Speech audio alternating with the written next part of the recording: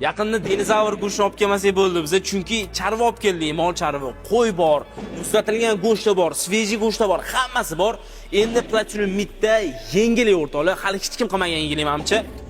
Qo'y dumbalari korobkalarda yetib keldi. Narxi atiga 54 ming so'mda. Mol chorva kelganda Instagramga hali video qo'yishga ulgurmasimizdan o'zi sotilib ketib bo'lgan. Hozir mana qo'y dumbas keldi endi. Bu ham bilmadim qanchada sotilib ketadi. Kechagina keldi. Sirasi Instagram qo'y yorishga harakat qilamiz o'rtoqlar. Narxi 54 ming so'mdan chiqyapti. Narxi ham bekitmasdan ayturamiz. Xudo xolisa bitta korobka olib kelib qo'ysanglar, o'zingizlarning biznesinglar uchun bo'ladimi, oilalar uchun bemalol ishlatsanglar bo'ladi. Bitta korobkasida 10 kilo atrofida bo'ladi. Restoran, kafeyiz bor yoki uy rozorga ham olsanglar bo'ladi.